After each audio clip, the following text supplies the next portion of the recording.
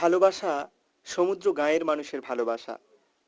নোনা জলের এক অদ্ভুত মাদকতাকে সঙ্গে নিয়ে দিনযাপনের প্রতিক্ষণ কাটাতে হয় গাঁয়ের এই মানুষগুলোকে। বছরের অধিকাংশ সময় তাদের অতিবাহিত করতে হয় এই বহুরূপী সমুদ্র রানীর সঙ্গে। তাদের মনের অনেক অস্ফুট বেদনার সঙ্গে একাকার হয়ে যায় এই নীল সমুদ্রের কলকল্লোল। জনপদের প্রতিদিনের জীবনচারণ থেকে অনেক দূরে বালুকাবেলার ঘন আষ্টে গন্ধ, শঙ্খচিলের ডানা, উদয়স্ত মিঠে কড়া রোদ্দুর, নীল রূপলি জ্যোৎস্না আর অসীম অনন্ত সমুদ্রের নোনা জলে একাকার হয়ে যায় তাদের জীবনের প্রতিটি মুহূর্ত। আর তাই আমরা এসেছি সেই সব সমুদ্রজীবী গাঁয়ের মানুষদের কাছে। তাদের প্রতিদিনের জীবনযাপনে কিভাবে কল্লোলিনী সমুদ্র লক্ষ্মী হয়ে উঠেছে তারই হিসেব নিকেশ করতে। এই মুহূর্তে আমরা এসে পড়েছি দীঘা মোহনায়, Digha fisherman and fish traders অ্যাসোসিয়েশনের সহ সম্পাদকের প্রায় 5 বছর কথায় রয়েছে। 5 বছর ধরেই রয়েছেন। তো আপনার কাছে জানতে চাইবো, এই যে বর্ষাকালীন পরিস্থিতিতে মৎস্যজীবীদের উদ্দেশ্যে কি কি ব্যবস্থা গ্রহণ করা হয়েছে? বর্ষাকালীন পরিস্থিতিতে তো মৎস্য শিকারটা মূলত জুনের 1 তারিখ থেকে শুরু হয়েছে, তার আগে বন্ধ থাকে। এই জুলাইয়ের 1 তারিখ মানে বর্ষাকাল এসে যায়। বর্ষাকালে যথারীতি মৎস্য শিকার হয়, কিন্তু যখনই আবহাওয়া খারাপ হয়, ঝড় ঝঞ্ঝা ইত্যাদি হয়, আমরা আমাদের জিপিআরএসের মাধ্যমে খবরটা দিয়ে দিই। ওয়্যারলেস সিস্টেম রয়েছে, তার মাধ্যমে খবরটা দিয়ে দিই।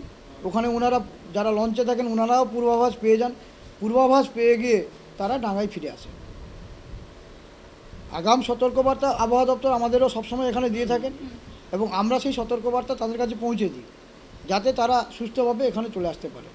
এক্সেপশনাল কেস কিছু কিছু সময় থেকে যায়, কোনো হয়তো লঞ্চটা খারাপ হয়ে গেছে, সে আসতে পারছে না, সেক্ষেত্রে সে তার পার্শ্ববর্তী যে লঞ্চ বা ট্রলার আছে তাকে সে খবর করলে সে তাকে রেস্কিউ করে নিয়ে আসবে, এই ধরনের ব্যবস্থা রয়েছে। কিংবা সর্বোপরি যখনই কাউকে পাচ্ছে না, কোস্টগার্ড রয়েছে, কোস্টগার্ডকে আমাদের মাধ্যমে আমরা খবর দিয়ে তাদেরকে পাঠিয়ে তাদেরকে রেস্কিউ করে নিয়ে আসছি। উপরন্তু আপৎকালীনের জন্য আমাদের লাইফ জ্যাকেটও রয়েছে প্রত্যেকটা লঞ্চে, যে কোনো কিছু আপৎকালীন অসুবিধা হলে লাইফ জ্যাকেট পরে তারা চলে আসতেও পারবে। এই জন্য মৎস্যজীবীদের নিরাপত্তা নিয়ে যখন কথা উঠলো, তবে আপনার কাছে জানতে চাইবো, কয়েক বছর আগে সরকারের তরফ থেকে একটা ব্যবস্থা নেওয়া হয়েছিল যে এখানে এই সমুদ্র উপকূলবর্তী এলাকাগুলো থেকে রেডিও কন্ট্রোলিং ব্যবস্থা একটা গ্রহণ করা হয়েছিল। সেটা কি হয়েছে? রেডিও স্টেশন সামুদ্রিক মানে যারা মাঝি মোল্লারা যারা রয়েছেন, তারা সমুদ্রে যারা কাজ করতে যান, তাদের উদ্দেশ্যে তাদের আগাম সতর্কবার্তা, আবহাওয়ার যদি বিঘ্নতা ঘটে সেই সময় যদি সেই সমস্ত আবহাওয়ার সংকেত পাঠানোর জন্য হ্যাঁ, জিপিআরএস দেওয়া হয়েছে। তো জিপিআরএস আমাদের প্রত্যেকটা লঞ্চ ট্রলারে দিয়ে দেওয়া হয়েছে। জিপিআরএস রয়েছে, তারপরে ওয়্যারলেস সিস্টেম রয়েছে। ওয়্যারলেস সিস্টেমটা বেশি দূরে যেতে না পারলেও জিপিআরএসটা যাচ্ছে, আর ওয়্যারলেস সিস্টেমটা চেন বাই চেন যাচ্ছে, ওটা চেন বাই চেন যাচ্ছে, কিন্তু জিপিআরএসটা অনেক দূর পর্যন্ত যাচ্ছে। জিপিআরএস সিস্টেমটা আপনাদের এখানে কবে থেকে চালু? কতদিন হবে মোটে দাদা জিপিআরএসটা যেটা দেওয়া হয়েছে? 3 বছর সরকার থেকেই দেওয়া হয়েছে, এখানেই বিতরণ হয়েছে। মমতা বন্দ্যোপাধ্যায় কি কি প্রতিশ্রুতি দিয়েছেন? যে মার্কেটের মধ্যে সম্পূর্ণ নিট অ্যান্ড ক্লিন, নোংরা থাকবে না, কারণ বিদেশে যে সমস্ত মাছ রপ্তানি হচ্ছে তাদের যদি উপযুক্ত পরিকাঠামোর মধ্যে আমরা রপ্তানি করতে না পারি, তাহলে কিন্তু বিদেশের বাজারে আমাদের এই দেশীয় বা আমাদের পশ্চিমবঙ্গের মাছটা মার খাবে, বিক্রি হবে না। ওই মাছটা যদি বিক্রি নয়, মাছটা যদি ফেরত চলে আসে, তাহলে ওই মাছটা এই মার্কেট থেকে কেউ কিনবে না, তাহলে মৎস্যজীবীরা প্রচণ্ডভাবে লোকসানগ্রস্ত হবে। যে কারণে আমরা ওই মাছটাকে যাতে সুস্থ মানে একদম সম্পূর্ণ বৈজ্ঞানিক পদ্ধতিতে সংরক্ষণ করা যায়। আগে যেরকম হয়তো ঝাঁকাই করে মাছ আসতো, এখন সেটাকে আমরা ফাইবার বক্স দিয়ে পাঠাচ্ছি, বক্সে করে ওখানে মাছটাকে ভালো করে পরিষ্কার করে রাখবে আইস দিয়ে। আবার লঞ্চটাকে এখন ফ্রিজিংয়ের ব্যবস্থা করা হয়েছে, যেখানে টেম্পারেচারটা ওখানে ডাউন করে, শুধু বরফ না, ইলেকট্রিক্যালে সেটাকে ফ্রিজিং করা হচ্ছে মেশিন চালিয়ে, সেইভাবে নিয়ে আসা হচ্ছে। সেই মাছটাকে এখনই যে মার্কেটে বিক্রি হবে সেই মার্কেটটাও ঝকঝকে থাকবে, পরিষ্কার, তারও কোয়ালিটি থাকবে, যে কোয়ালিটিতে মাছটাকে একদম উপযুক্ত পরিমাণে আমরা বৈজ্ঞানিক পদ্ধতিতে সংরক্ষণ করে নিয়ে আসতে পারবো। এবং গ্রেডিংয়ের ভিত্তিতে বিভিন্ন মাছের বিভিন্ন গ্রেড আছে, গ্রেডিং করে নিয়ে আসলে আরও ভালো, তারা উপযুক্ত দাম পাবেন। এই সমস্ত ব্যবস্থা আমরা ফিশারম্যানদের জন্য করছি। তো আপনার নাম? আমার নাম হচ্ছে শ্রী বিশ্ববন্ধু বারিক। আচ্ছা, আপনি কতদিন ধরে মাছের সঙ্গে জড়িত হয়ে রয়েছেন? 12 বছর ধরে। 12 বছর ধরেই রয়েছে? হ্যাঁ। আপনার বাড়িটা ঠিক কোথায়? হ্যাঁ, আমার বাড়ি হচ্ছে শিউলিবার। হ্যাঁ হ্যাঁ, এই অঞ্চলে না, এটা তো দীঘা মোহনা। আর বাড়ি হচ্ছে আমাদের মারিচদা অঞ্চল, মানে মারিচদা থানা, হ্যাঁ, ভাজাচাউলি অঞ্চল, 2 নম্বর ভাজাচাউলি অঞ্চল।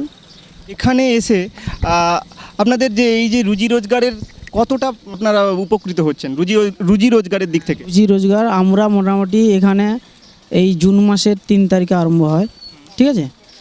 আমরা চলে আসি এখানটায়, এসে মোটামুটি ব্যবসা বাণিজ্য করি, 10 মাস থাকি এখানটায়। কিছু না হলে মোটামুটি কেনা বেচার মধ্যে কিছু একটা প্রফিট পাই।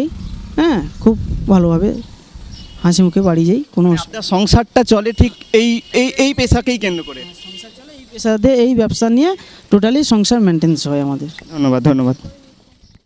যে কেউ এখানে এলে এই বাঁধন খোলা প্রেমের স্বাদ পাবে অনায়াসে। ভালোবাসার শেষ স্বর্গরাজ্য বোধ হয় এখানেই। উত্তাল সমুদ্রের ঢেউ এখন আছড়ে পড়ছে একেবারে বাঁধের গায়ে। হাতের নাগালেই সমুদ্র সফেন। আমাদের ব্যস্ত জীবনের একঘেয়েমিকে কাটাতে এই সৌন্দর্যময়ী সমুদ্র রানী তার বিপুল জলরাশির উচ্ছলতায় কিছুক্ষণের জন্য হলেও এক অনাবিল আনন্দে ভরিয়ে তুলবে। তাই বদ্ধ প্রেমের বাঁধন খুলে দিতে প্রতিদিনই এই সমুদ্র সৈকতে ভিড় করে হাজার হাজার পর্যটক।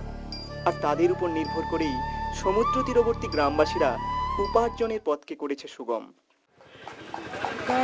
মানুষরা শুধুমাত্র মাছকে কেন্দ্র করেই নয়, জীবিকা অর্জন করছে ঝিনুককে কেন্দ্র করেও। আমরা এই মুহূর্তে এমন একটি জায়গায় এসে পৌঁছেছি যেখানে ঝিনুক নিয়ে কিছু মানুষ তাদের জীবন জীবিকা কিভাবে নিয়ে যাচ্ছে সেটাই আমরা দেখছি। আসুন আমরা দেখা যাক ঝিনুককে কেন্দ্র করে কিছু মানুষ তাদের জীবন জীবিকা কিভাবে এগিয়ে নিয়ে চলেছে তারই এক প্রতিচ্ছবি আপনাদের সামনে দেখাবো। এই মুহূর্তে দাঁড়িয়ে রয়েছি দীঘার একটি ঝিনুক দোকানের একদম দাঁড়িয়ে রয়েছি। এখানকার যিনি রয়েছেন তার সঙ্গে আমরা কথা বলবো। আপনার নাম? ফুলসর বেওয়া। হ্যাঁ, ফুলেশ্বর। ফুলসর বেওয়া আচ্ছা আচ্ছা আচ্ছা। আপনার বাড়ি কি এখানে? বাড়ি এখানে। আচ্ছা, এখানে আপনি এই দোকানটা কতদিন ধরে করেছেন? আমি তো 10 বছর। এই যে ঝিনুকগুলো যে আমরা দেখছি, আপনি কি নিজেই তৈরি করেছেন? জাতিমাটির লোক বা আমরা তৈরি করি, জাতিমাটির লোক মানে তৈরি করি। জাতিমাটি কি একটা গ্রাম। ওই গ্রাম থেকে আসছে। আসছে, মানে ওটা কি তৈরি হয়েই আসছে না? হ্যাঁ, মানে ওরা তৈরি করে সাপ্লাই দিচ্ছে। আচ্ছা। এই তো পাশের গ্রাম। হ্যাঁ। মানে শুনুন, তৈরি যে করছে জাতিমাটি গ্রামটা না, এই যে মানে প্রতিমা মানে প্রায় তো মানে অনেকেই ঘরে তৈরি করছে, সে জাতিমাটি গ্রামটা তৈরি করছে তা তো নয়। আমরা তো জাতিমাটির লোকে লিখছে না, তো অন্যান্য তো মানে দোকানদার তো অন্যান্য কাস্টমার কাছে লিখছে। এই প্রতিমা মানে এখানে তো গ্রামটা অনেক বড় আছে, যে যার ভাগ আছে। না, দোদয়া তৈরি হয়, এগুলো তো হয়, এগুলো তো হয়।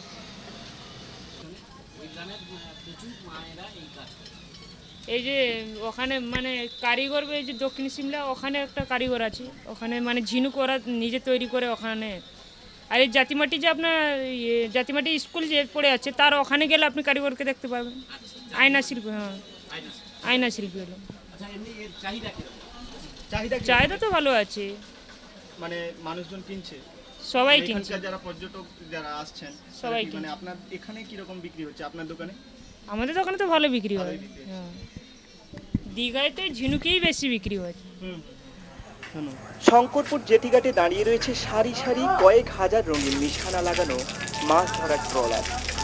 এখানকার এক ট্রলারের মাঝির কথায় শুধু মাছ ধরা নয়, এই এলাকার সবচেয়ে সম্ভাবনাময় এবং উপার্জনের আরেক উপায় হলো শুটকি মাছের ব্যবসা। সমুদ্র থেকে ধরে আনা মাছকে রোদে শুকিয়ে তৈরি হয় শুটকি মাছ। সেই মাছ বিক্রি করে প্রতি বছর প্রায় 8 থেকে 10 কোটি টাকার ব্যবসা হয় এই অঞ্চলগুলি থেকে।